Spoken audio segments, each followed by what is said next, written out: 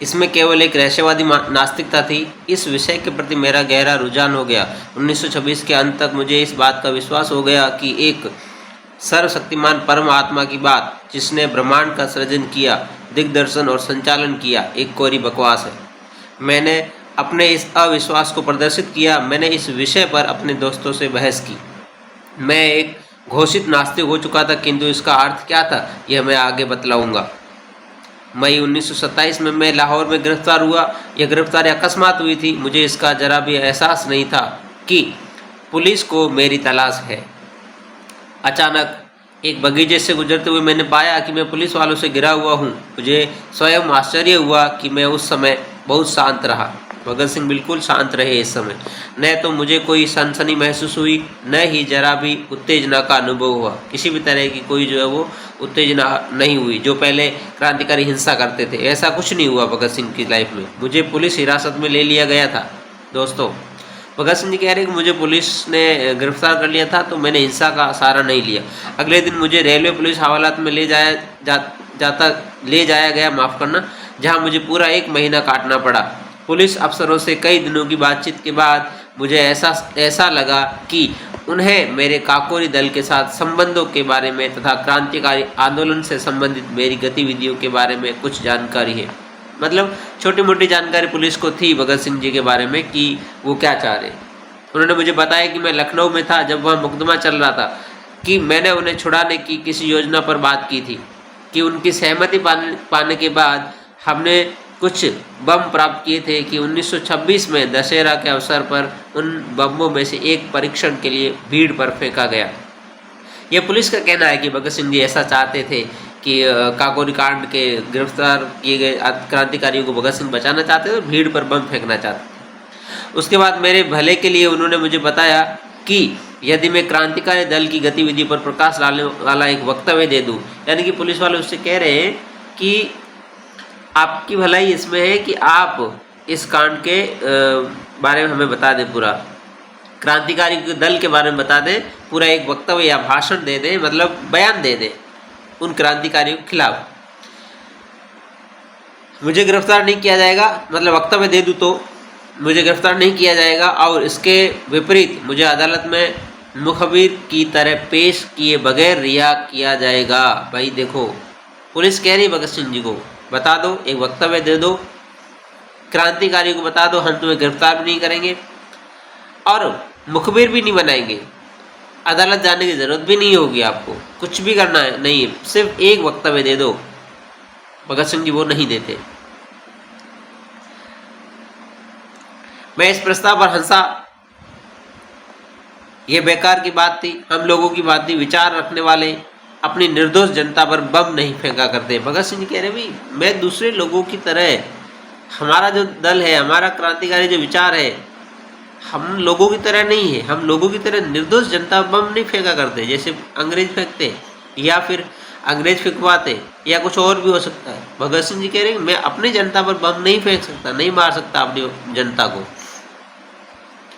ये सब भगत सिंह जी जो है वो पुलिस से कह रहे हैं। एक दिन सुबह सीआईडी के वरिष्ठ अधीक्षक श्री न्यूमन मेरे पास आए। भगत सिंह जी क्या कह रहे हैं कि एक दिन जो सीआईडी के वरिष्ठ अधीक्षक थे, पुलिस अधीक्षक, भगत सिंह जी के पास आते हैं और लंबी चौड़ी बात कहते हैं, सहानुभूति बात करते हैं।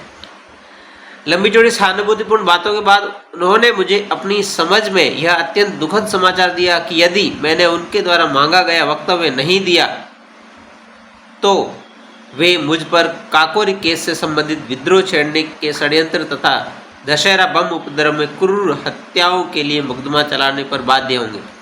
कैसी कैसी चीज़ों पर भगत सिंह मुकदमा चलाएंगे भाई? किस कांड पे? काकोरी कांड पे। किस कांड पे? दशहरा बम उपद्रव में। हालांकि इन सब में भगत सिंह जी को कोई लेना देना भी नहीं था और इन मुकदमों में भगत सिंह जी को फंसाने की बात हो रही है। वो पुलिस अधीक्षक सीआईडी का न्यूमन भगत सिंह जी कह रहा है कि मैं तुम्हें फंसा दूंगा इन सब चीज़ों में, और भगत सिंह जानते हैं कि मैं इन चीज़ों में इन्वॉल्व नहीं हूँ, मेरा काम ये नहीं था, मैं बिल्कुल निर्दोष हूँ। ये भगत सिंह जो अंदर से पता था। आगे उन्होंने मुझे यह भी बताया कि उनके पास मुझे सजा दिलाने व फांसी पर लटकवाने के लिए उचित प्रमाण मौजूद है। पुलिस अधीक्षक ने कहा कि ये सारे जो है वो पुलिस प्रमाण जो मेरे पास मौजूद है। उन दिनों मुझे ये विश्वास था कि यद्यपि मैं बिल्कुल निर्दोष था, भगत सिंह बिल्कुल निर्दोष थे, उनको पता था कि पुलिस यदि चाहे तो ऐसा कर सकती है। उसी दिन से कुछ पुलिस अफसरों ने मुझे नियम से दोनों समय ईश्वर की स्तुति करने के लिए फुसलाना शुरू कर दिया। देखो पुलिस क्या काम कर रही है, भगवान गॉड में विश्वास करो, उन पर प्रार्थना करो उनके लिए। अब मैं एक नास्तिक था, मैं स्वयं के लिए ये बात तय करना चाहता था क्या शांति और आनंद के दिनों में ही मैं नास्तिक होने का दम्भ भरता हूँ। दोस्तों ये बात ध्यान रखने वाली है। भगत सिंह कह रहे हैं कि मैं शांति में ही नास्तिक होने की बात करता हूँ, या खुश होता हूँ तब भी बात करता हूँ, जहाँ मैं बिल्कुल मेरे ऊपर कोई संकट वंकट नहीं होता है तब मैं भगवान को याद करूँ क्या, या फिर नास्तिकता को ही बल दे रहा हूँ मैं। अब संकट आने पर क्या मेरी नास्तिकता डगमगा जाएगी, ऐसा भगत सिंह जी कह रहे हैं। शांति और आनंद के दिनों में नास्तिक होने का दम भरता हूँ, अथवा ऐसे कठिन समय में मैं उन सिद्धांतों पर अडिग रह सकता हूँ। बहुत सोचने के बाद मैंने ये निश्चय किया, भगत सिंह कह रहे हैं, बहुत सोचने के बाद मैंने निश्चय किया कि किसी भी तरह ईश्वर पर विश्वास तथा प्रार्थना मैं नहीं कर सकता। भगत सिंह जी कह रहे हैं मैं किसी ईश्वर पर विश्वास नहीं कर सकता, चाहे कितनी भी दुखी हूँ मैं, कितना भी संकट में हूँ मैं। नहीं, मैंने एक क्षण के लिए भी अरदास की, यही असली परीक्षण था और इसमें मैं सफल रहा। भगवान की प्रार्थना नहीं करना है मुझे, भले मेरी गर्दन उड़ जाए, फांसी पर लटक जाऊँ, मैं नहीं कर सकता, क्योंकि उसके पीछे प्रमाण है मेरे पास कि भगवान नहीं है, मैं नास्तिक हो चुका हूँ अब पूरा। ये भगत सिंह जी का वक्तव्य है, भगत सिंह खुद कह रहे हैं भगत सिंह जी। तो आजकल के लौंडे मैं राष्ट्रवादी हूँ, मैं राष्ट्रवादी ऐसा करके फालतू लपचड़ कुछ करते रहते हैं, और जो बेचारे प्रोटेस्ट कर रहे हैं सही के लिए, शिक्षा के लिए, उनके खिलाफ उतर जाते हैं। बेशर्मो, अंधभक्तों, शर्म आनी चाहिए तुम्हें। तो ये भगत सिंह जी कह रहे हैं खुद के लिए कि मैं लटक जाऊंगा, लेकिन उस ईश्वर की स्तुति, भगवान की स्तुति नहीं करूं जो है ही नहीं। एक क्षण को भी अन्य बातों की कीमत पर अपनी गर्दन बचाने की मेरी इच्छा नहीं है। भगत सिंह कह रहे एक क्षण भी मुझे नहीं लगा कि मुझे जो है वो अपनी गर्दन बचाने के लिए भगवान का सहारा लेना पड़े।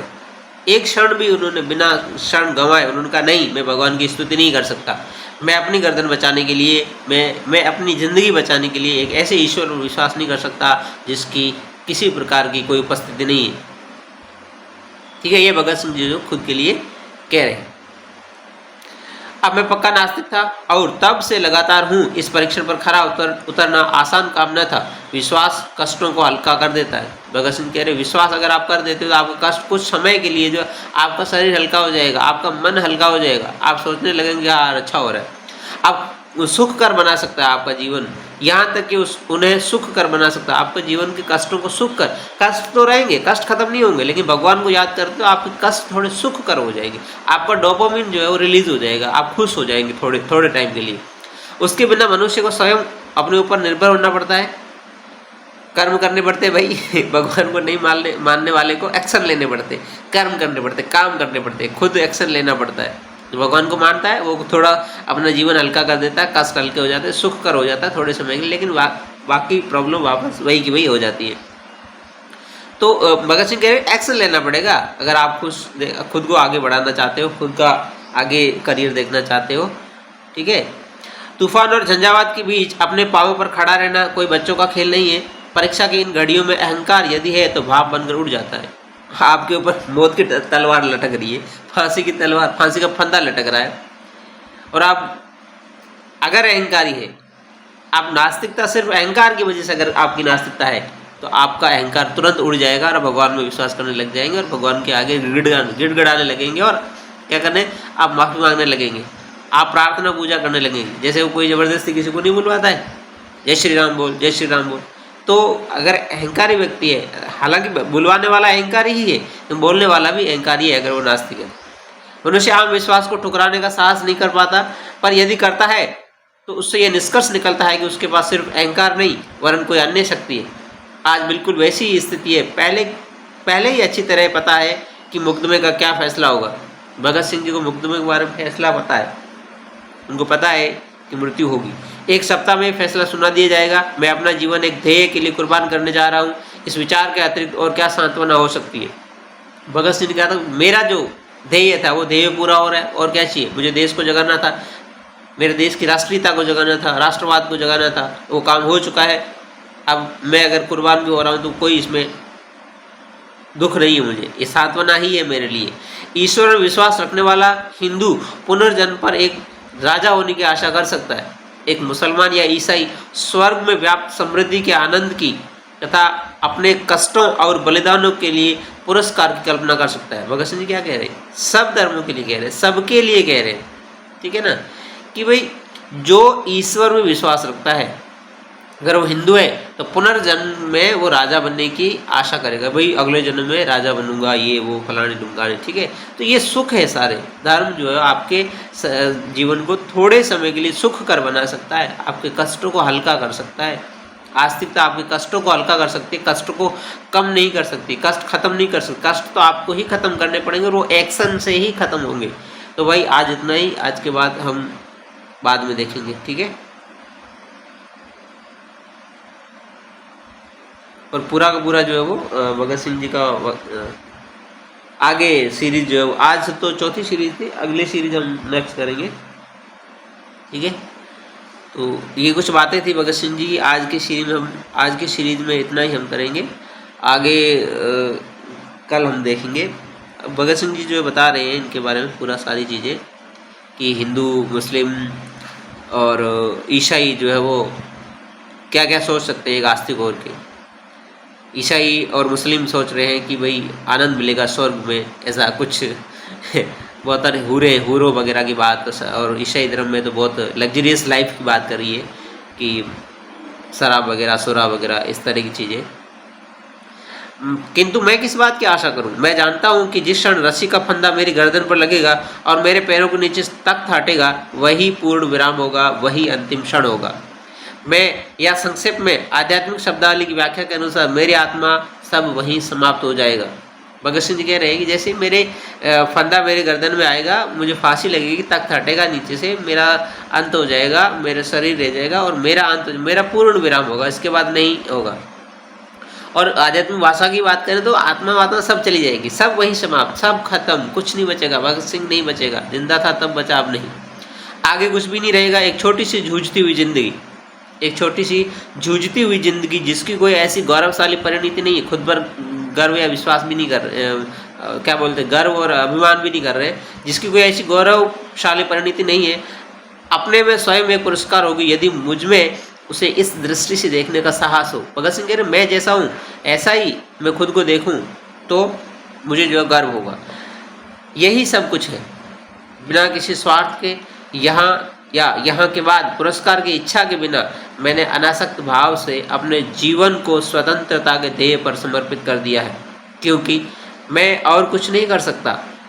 जिस दिन हमें इस मनोवृत्ति के बहुत से पुरुष और महिलाएं मिल जाएंगी, अभी जो हमने ऊपर बात की है भगत सिंह जी के बारे में, कि जो खुद के बारे में क्या लिखते हैं, ऐसे हमें बहुत सारे लोग भगत सिंह जो अगर मिल जाएंगे, जो अपने जीवन को मनुष्य की सेवा तथा पीड़ित मानवता के उद्धार के अतिरिक्त और कहीं समर्पित कर ही नहीं सकते, उसी दिन मुक्ति के युग का आरंभ होगा, शुभारंभ होगा। वे शोषकों, उत्पीड़कों और अत्याचारियों को चुनौती देने के लिए प्रेरित होंगे, इसलिए नहीं कि उन्हें राजा बनना है या कोई अन्य पुरस्कार प्राप्त करना है यहाँ या अगले जन्म में या मृत्यु उपरांत स्वर्ग में। ऐसे व्यक्तियों को इन सब चीज़ों की कोई ज़रूरत नहीं होगी, उन्हें राजा भी नहीं बनना है, उन्हें कोई पुरस्कार भी नहीं चाहिए, उन्हें अगले जन्म में किसी प्रकार के स्वर्ग का भोग भी नहीं चाहिए। बस वो जो है वो इस पीड़ित मानवता को, शोषितों को, उत्पीड़कों को, अत्याचारियों के खिलाफ उत्प्रेरित करेंगे, अत्याचारों को खत्म करने की बात करेंगे, ठीक है। जैसे वर्तमान का एक केस चल रहा है, बिहार का एनकाउंटर केस, वो समाज को जगाने का काम कर रहा था और पुलिस ने उसका एनकाउंटर कर दिया। हालांकि उसने सरेंडर भी कर दिया था, सरेंडर करने के बाद में उसकी जो हत्या हो गई है। देखो भारत का समाज दोगला है, हत्या क्या, ये एनकाउंटर पहली बार नहीं हुआ है, ऐसे बहुत सारे पहले एनकाउंटर हो चुके हैं।